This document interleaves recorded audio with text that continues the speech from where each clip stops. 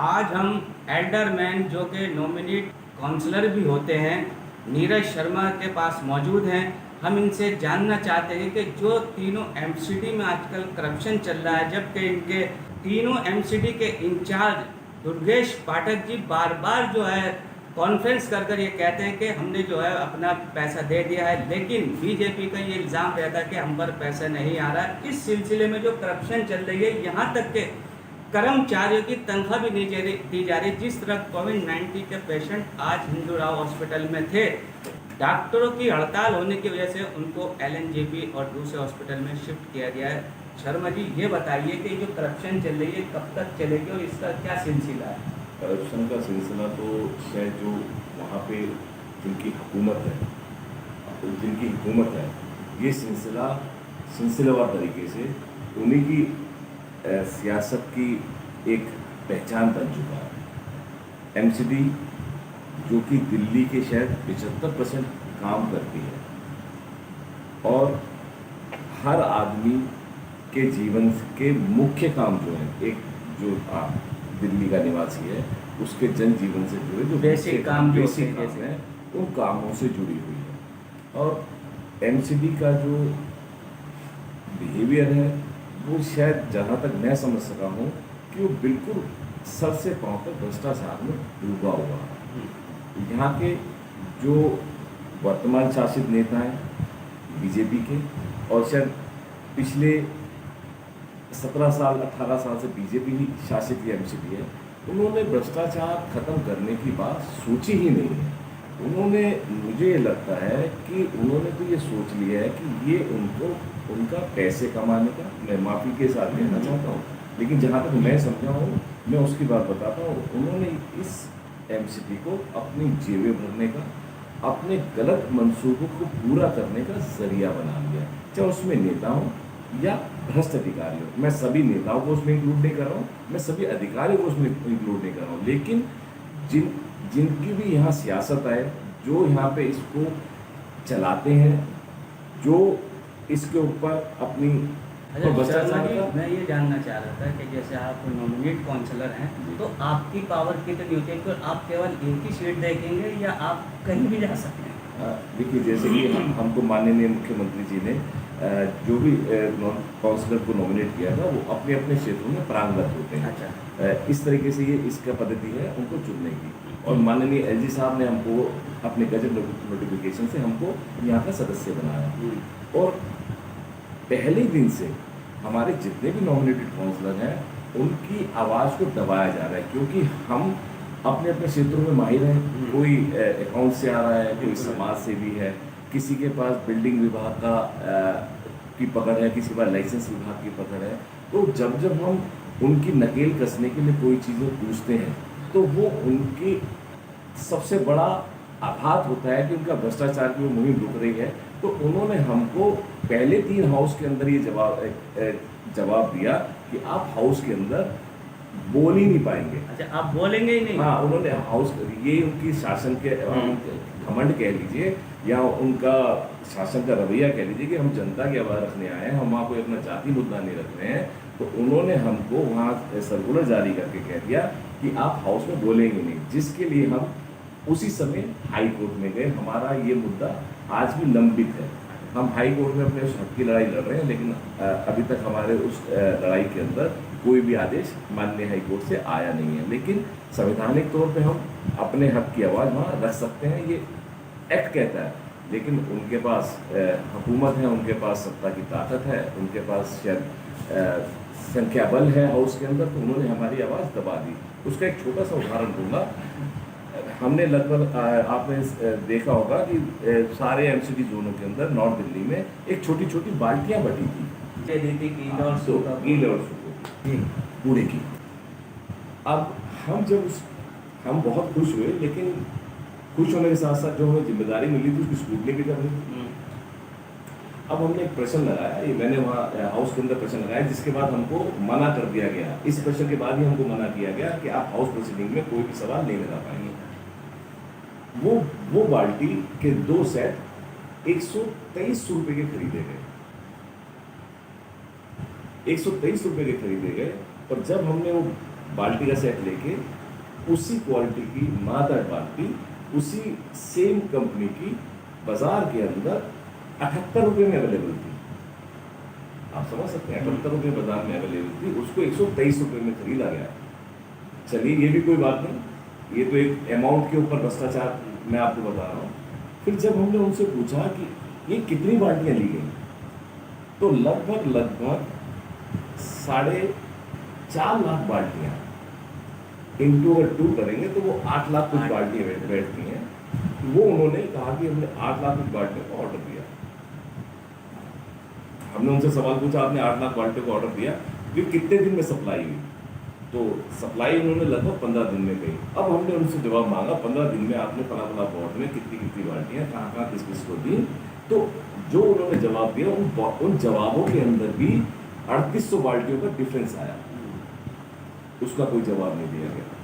उसके अंदर जब हमने उनसे ज़्यादा स्कूटनी चालू करनी स्टार्ट करी, तो हमारे पास एक ठेकेदार का फ़ोन आता है कि आप इस मुद्दे को ना उठाएं, इस मुद्दे को रफा दफा करते हैं, जैसा आप कहेंगे हम वैसा करने को तैयार हैं। हमने उस मुद्दे को फिर लगातार उठाया। जब ये मुद्दा लगातार उठा और हमने इसकी विजिलेंस जांच मांग की, तो एमसीडी की नींद हिलने लगी कि ये अभी आए हैं, इन्होंने हमारी पहली चीज़ के ऊपर इतनी जोर से ऐलान करा है, तो अब हम इनको हाउस में बोलने नहीं देंगे। तो हाउस के अंदर उस दिन से आज तक हम बहुत मुश्किल से भ्रष्टाचार का कोई मुद्दा लगाते हैं। अभी हाल फिलहाल में डॉक्टर रावत का मुद्दा चल रहा है, अशोक रावत का मुद्दा चल रहा है। डॉक्टर अशोक रावत इस समय एमसीडी के भ्रष्टाचार का लोगो बन चुका है, वो पहचान बन चुकी है। उसके लिए इतने साक्ष्य हमारे माननीय जो नेता विपक्ष हैं विकास गोयल जी, हमारे जो तीनों एमसीडी को लीड कर रहे हैं माननीय दुर्गेश पाठक जी, उन्होंने 2 प्रेस कॉन्फ्रेंस कर ली, उन्होंने इतने साक्ष्य उनके सामने रख दिए, लेकिन उसने एमसीडी के भ्रष्टाचार को पेड़ को इतनी ज़बरदस्त तरीके से सींचा हुआ है। उसने बीजेपी के सारे जितने शीर्ष नेतृत्व हैं निगम के अंदर, उन्हें उनकी मंशाओं को, उनके अंदर की जो भ्रष्टाचार की जड़ें हैं उनको इतनी ज़बरदस्त तरीके से उसको सींचा हुआ है कि उसको आज तक हम उसके भ्रष्टाचार के पेड़ का एक पत्ता नहीं तोड़ पाए। हम पिछले 1.5 साल से मैं उस आवाज़ को उठा रहा हूँ। मैंने वो मामला सीबीआई में दिया, वो मामला मैंने बीजेपी की जांच एजेंसी यहाँ पे निगम की जांच एजेंसियों में दिया, लेकिन वो भ्रष्टाचारी अधिकारी आज भी सम्मिलित है। उसके द्वारा खरीदी दवाइयों का भ्रष्टाचार है, उसके द्वारा जो लाइसेंस दिए गए उसमें वो भ्रष्टाचारी है। अर्पित होटल जिसमें 17 जिंदगियों का नुकसान हुआ, 2 लोगों की जिंदगी का नुकसान हुआ, उसके अंदर वो कल्प्रेट है, लेकिन वो बीजेपी के भ्रष्टाचार को पुष्ट करता है, उनकी महत्वाकांक्षाओं को पुष्ट करता है। इस वजह से वो संरक्षित है। मुझे तो बड़ी शर्म आती है कि हम ऐसे भ्रष्टाचारी निगम का हिस्सा बन गए हैं जिसके अंदर भ्रष्टाचार इतना व्यापक है कि इंसानी जिंदगियों की भी उसमें कोई वैल्यू नहीं है। अरे शर्मा जी, तकरीबन आपको यहाँ एमसीडी में 4 साल होने जा रहे हैं जी। तो 4 साल में आपने इतने मुद्दे उठाए, उसमें किसी मुद्दे पर आपको कामयाबी मिली? सर, कामयाबी तो सिर्फ मैं कहूँगा कुछ नहीं मिली, लेकिन हाँ इनको हम जगाते रहते हैं, उस श्रेणी पे ले आए हैं कि अब ये बौखला रहे हैं। आप देखिए, अभी हमारे कर्मचारी हैं, मैं वही बात उठाना चाह रहा हूँ कि हमारे कर्मचारी हैं, पिछले 6 महीने से उनको वेतन नहीं मिला। हम उनकी लगातार आवाज़ उठा रहे हैं, ये कहते हैं हमारे पास पैसा नहीं है, दिल्ली सरकार ने हमें पैसा दिया। दिल्ली सरकार ने, माननीय मुख्यमंत्री जब से अरविंद केजरीवाल जी दिल्ली की सरकार में आए हैं, इन्होंने दिल्ली गवर्नमेंट की तरफ से जो लोन एमसीडी को दिया हुआ था, माननीय मुख्यमंत्री जी ने आज तक ना लोन की किस्त तो अलग, उनको जो उसका ब्याज, उसकी जो पेनल्टी होती है वो भी माफ़ कर रखा है कि चलिए ये दिल्ली की जनता का जो अतिरिक्त बोझ ये ना लगाए, इनके ऊपर इतनी सहूलतें दे रहे हैं। उनको एमसीडी का जो राजस्व होता है हर बार 10% बढ़ा के दे रहे हैं। हर साल मुख्यमंत्री जी जो राजस्व है उसके अंदर बढ़ोतरी कर रहे हैं, लेकिन बढ़ोतरी तो वो कर रहे हैं, लेकिन उस हिसाब से उनका भ्रष्टाचार बढ़ता जा रहा है। जब आदमी कोई पैसा खर्च करता है, पैसा टैक्स पेयर का है, किसी का जाती पैसा नहीं है। जब जनता का पैसा टैक्स का पैसा खर्च करते हैं तो उसकी जवाबदेही होती है। जवाबदेही का मतलब है कि उसका एक ऑडिट होता है कि आपने जो खर्च किया उसको ऑडिटर सत्यापित करता है कि ठीक खर्च हुआ कि नहीं खर्च हुआ। मैं बड़े ही अफसोस के साथ और बड़े ही दुख के साथ कहना चाहता हूँ, उस ऑडिटर ने 50,000 ऑब्जेक्शन लगाए हैं उनके खर्चों पर, उसका कोई जवाब नहीं दिया है आज तक, कोई जवाब नहीं। ये स्वतः, ये ऑटोनोमस बॉडी स्वतः बॉडी है, इन्होंने उसको स्वतः ना करके निजीकरण की तरफ इसको उजागर कर दिया, जैसे कि इनकी भ्रष्टाचार की निजी दुकान है। एक टैक्स पेयर के पैसे के एक पैसे की भी जवाबदेही बनती है, या करोड़ों अरबों रुपया ये उड़ा देते हैं, ये अपने मनमानी तरीके से उड़ा देते हैं। उसका एक छोटे से मैं मिसाल देता हूँ, ये ठेकेदारों को कहते हैं 800 करोड़ रुपये 2000 करोड़ रुपये बाकी है। जो गवर्नमेंट सेक्टर है उसके अंदर जब भी टेंडर जारी होता है, टेंडर जारी करने से पहले उस काम का फंड को अलग से रखा जाता है, तभी वो टेंडर पास होता है, तभी वो टेंडर प्रक्रिया पास होती है। अगर वो उस फंड को अलग से ना रखा जाए तो टेंडर प्रक्रिया गवर्नमेंट मानकों के हिसाब से वो टेंडर प्रक्रिया पूरी नहीं होती। पिछले 17 सालों में इन्होंने उस प्रक्रिया को अपनाया नहीं, ठेकेदारों की मिलीभगत से ये उस पैसे को उड़ाते रहे, ठेकेदारों से काम ना करा के, उनके झूठे बिल लगा के, क्योंकि जब ये उस टेंडर प्रक्रिया को अपनाएंगे कि पहले पैसा पास करेंगे, सब चीज़ पास करेंगे, तो बहुत सारे मापदंडों को उसके अंदर अपनाना पड़ेगा, फिर इनका भ्रष्टाचार उजागर होगा, फिर ये अपना उसके अंदर जो 10 नीति है उसको लागू नहीं कर पाएंगे। तो इन्होंने आज तक किसी भी टेंडर प्रक्रिया में जो गजट नोटिफिकेशन जो फाइनेंस का कहता है उसकी किसी भी प्रक्रिया को अपनाया नहीं गया। अच्छा, मैं ये जानना चाह रहा हूँ, जैसे आम पार्टी और बीजेपी में वाद विवाद सा छिड़ा हुआ, लेकिन कर्मचारियों को वेतन नहीं मिलता, तो आखिर उनका क्या होगा, उनको कैसे मिलेगा, इस बारे में सोचना है, किस तरह से होगा ये ज़रा बताएं। अब कोई भी संस्था हो, कोई भी विभाग हो, उसका एक फाइनेंस बजट बनता है जिसके अंदर सैलरी जो हेड होता है उसको बिल्कुल सब चीज़ों से अलग रखा जाता है। उस हेड के अंदर कभी भी छेड़छाड़ नहीं होती, कभी भी उस हेड के अंदर का पैसा किसी और मद में नहीं जाता। तो मैं बीजेपी से पूछना चाहता हूँ, क्या इस साल के बजट में बीजेपी ने हमारे जो कर्मचारी हैं, जो ईमानदारी से अपना काम कर रहे हैं, कोरोना काल के अंदर कर्मचारियों ने, डॉक्टरों ने, अध्यापकों ने सम्माननीय काम किया सर, उनको मैं सम्मान देता हूँ, उनके आगे नतमस्तक होता हूँ कि उन्होंने इस राजनीति में बिना तनख्वाह लिए देश सेवा करी। और ये भ्रष्ट कुछ अधिकारी, कुछ जो नेता हैं बीजेपी के, उन्होंने उनकी मेहनत की कमाई को भी खत्म कर दिया। आप समझ सकते हैं कि एक निगम के अंदर तो बजट के अंदर उनकी सैलरी का प्रावधान है कि इनके पास सैलरी देने के लिए पैसे नहीं, वो पैसे कहाँ पे? आप अगर बजट की वो कॉपी उठाएंगे जो इन्होंने अपने फाइनेंशियल बजट में रखी है, उसमें सैलरी के अंदर प्रावधान है कि भाई ये पैसा हमारे सैलरी हेड का है, ये पैसा हमारे तमाम खर्चों का है। तो वो पैसा कहाँ गया? उससे हम एमसीडी में आए हैं, हम इसकी लाचारी, इसकी बेबसी देख रहे हैं, और बार बार हम यही आवाज़ उठाते हैं कि जो महकमे आपसे नहीं चल रहे हैं, जिन चीज़ों में आप समझते हैं कि आप असक्षम हैं, क्योंकि ये असक्षम है क्योंकि इन्हें सिर्फ भ्रष्टाचार करना है, हम तो ये कहते हैं आप हमें शिक्षा का सारा मॉडल दे दीजिए अपना। जिन प्राइमरी स्कूलों को बंद कर रहे हैं और पीपी मॉडल के हिसाब से लोगों को साथ साठगांठ करके उनको बेच रहे हैं, ये शिक्षा का मॉडल की बात कर रहे हैं। इसी तरीके से हम हेल्थ मॉडल की बात कर रहे हैं, जो इनके हॉस्पिटल हैं, जो इनका मैंडेटरी सब्जेक्ट है, हेल्थ और सफाई एमसीडी का मैंडेटरी सब्जेक्ट है, जिससे ये पीछे भाग रहे हैं। अगर 12 हिंदू राव के अंदर कोविड अस्पताल इन्होंने ख़त्म कर दिया, कोई बात नहीं, अगर वहाँ मरीज कम आ रहे हैं, हमारी दिल्ली गवर्नमेंट के सारे हॉस्पिटल इतने सक्षम हैं, हिंदुस्तान के अंदर सबसे बेस्ट इलाज देने की क्षमता रखते हैं, तो अगर हम वहाँ पे इनको ले जाएंगे, वहाँ इनका इलाज भी करवाएंगे। कोविड हॉस्पिटल से डॉक्टरों की हड़ताल का संबंध नहीं है, डॉक्टरों की हड़ताल का, उनके जो उन्होंने कोविड के टाइम में काम किया है, इस त्रासदी के समय में उन्होंने काम किया है, उनको तनख्वाहें नहीं मिली, वो उसका संबंध उनसे है, उनके भ्रष्टाचार से है। और हम तो ये कह रहे हैं कि आप इसी जगह पर, इसी समय वो सब चीज़ें आप हमको दे दीजिए, और देखिए हम इन्हीं संसाधनों में इनसे 100 गुना बेहतर सर्विस देंगे, इसको इनके राजस्व को प्लस में लाएंगे, दिल्ली गवर्नमेंट हॉस्पिटल जैसे हम एमसीडी के सारे हॉस्पिटल बना देंगे। ये हमारा वादा नहीं है, ये हमारी जिद है और ये हम करके भी देंगे। ये माननीय अरविंद केजरीवाल जी का दिल्ली की जनता के प्रति जो एक संकल्प है कि हमने बेहतर दिल्ली देनी है अपने दिल्ली के उन आम जनवासियों को जिनको आज तक हर बेहतरीन और बढ़िया जन सुविधा से वंचित रखा गया भ्रष्टाचार की राजनीति, चाहे वो कांग्रेस हो चाहे बीजेपी, उसके लिए हम दृढ़ संकल्प हैं।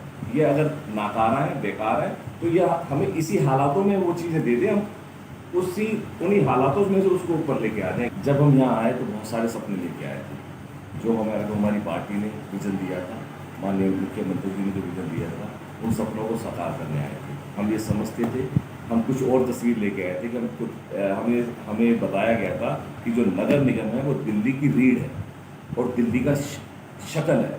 अगर दिल्ली सुंदर दिखती है तो नगर निगम है, दिल्ली बदसूरत दिखती है तो नगर निगम है। ये सर्वे अभी शायद आपने हाल फिलहाल में देखा भी होगा।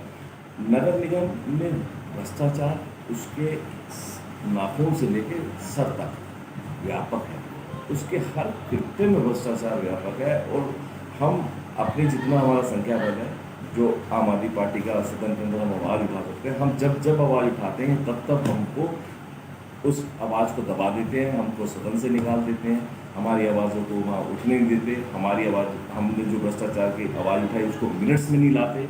जिन चीज़ों को हम वहाँ रखते हैं उन पर ये गौर नहीं करते हैं। उसका हालिया उदाहरण है कि माननीय मेयर साहब ने हमारे को 3 महीने के लिए निष्कासित किया और माननीय कोर्ट ने करारा तमाचा मारते हुए एमसीडी के ऊपर उन सारे चीज़ों से हमको मुक्त किया और एमसीडी को ये कहा कि आप विपक्ष की आवाज़ दबा नहीं सकते हैं और जब तक आप इनको सदन में नहीं लेंगे आप सदन नहीं चला सकते हैं। ये मैं माननीय उच्चतम न्यायालय का आभार व्यक्त करता हूँ कि उन्होंने संविधान को बचाया, उन्होंने जनता की आवाज़ को बचाया। ये एक छोटा सा उदाहरण है कि जब हम आवाज़ उठाते हैं, आवाज़ दबाते हैं। जहाँ तक आप ये कह रहे हैं कि इसके चेहरे की बात है, अभी पिछली जोन कमेटी के अंदर मैंने एक मुद्दा उठाया कि हमारे बीजेपी पार्षद के वार्ड का था। जैसे मैं वो मुद्दा उठाने लगा, मैंने तथ्यों, सबूतों और उसके साथ वो मुद्दा उठाया जिसके अंदर वो 5 बिल्डिंगों में, मैं आपके माध्यम से कहना चाहता हूँ, वो उनके संरक्षण में बन रही थी, वो गलत बिल्डिंगें थी, वहाँ पे उन्होंने पैसा खाया। वो मुझे भ्रष्टाचारी कह रहे हैं, सदन के पीछे मेरी मंशा को गलत कह रहे हैं, लेकिन मैं वहाँ पे तथ्यों और सबूतों के साथ था, मेरी आवाज़ दबा दी गई। ऐसे वहाँ पे 2 होटल चल रहे थे जो अर्पित होटल की ही तर्ज पे थे। वो हेरिटेज बिल्डिंग थी, एमसीडी लैंड पे वहाँ कब्जा था। तो वहाँ पे जो पूर्व मेयर साहब जत्थेदार जी हैं, उन्होंने वहाँ मेरी आवाज़ को दबाने का प्रयास किया, जिसमें सहयोग माननीय मेयर साहब ने भी किया। ऐसे मैंने इंद्रलोक वार्ड का एक मुद्दा उठाया। वहाँ पे एक पार्क की ज़मीन पे एक भूमाफिया ने कब्जा करके बिल्डिंग बना ली पिछले 5 महीने में। मैंने वो एमसीडी की टाउन प्लानिंग का नक्शा दिखाया, उनको सामने साक्ष्य रखे, उन्होंने वो भी आवाज़ दबाने की कोशिश करी, आप मुझे बताएंगे। ऐसे ही बीएससीएस जल विभाग के अंदर एमसीडी के नो ऑब्जेक्शन के सर्टिफिकेट जारी हो रहे हैं, जो कि वहाँ के ही मातहत कर्मचारी जारी कर रहे हैं नकली सर्टिफिकेट। जिन बिल्डिंगों को बुक कर दिया जाता है, जिन बिल्डिंगों पे नो ऑब्जेक्शन सर्टिफिकेट एमसीडी जारी कर देती है, वो साइड से तो नहीं हटती हैं, लेकिन वहाँ के बिके और भ्रष्ट कर्मचारी उनके नकली नो ऑब्जेक्शन सर्टिफिकेट जारी कर देते हैं, जिससे राजस्व का भी नुकसान होता है, हमारी छवि का भी नुकसान होता है। हम भी वहाँ पे हैं तो ये भी सोचा जा सकता है कि आम आदमी पार्टी भी इसमें सम्मिलित है, हम भी भ्रष्टाचारी हैं। इसका निर्माण इसलिए होता है कि जन सुविधाओं की पार्टी थी। यहाँ पे जो काउंसलर आते थे, जो लोग आते थे, वो जन को रिप्रेजेंटेटिव करते थे, जनता की आवाज़ को, जनता के असुविधाओं का रिप्रेजेंट करते थे कि यहाँ से कुछ सहूलियत लेके जा सके। लेकिन यहाँ सहूलियत तो दूर, वहाँ पे उनके ऊपर टैक्स लगा दिया जाता है। उनके जो सहूलियतें, वो अपनी सहूलियत को जो टैक्स देते हैं, उन टैक्स को ये खा जाते हैं।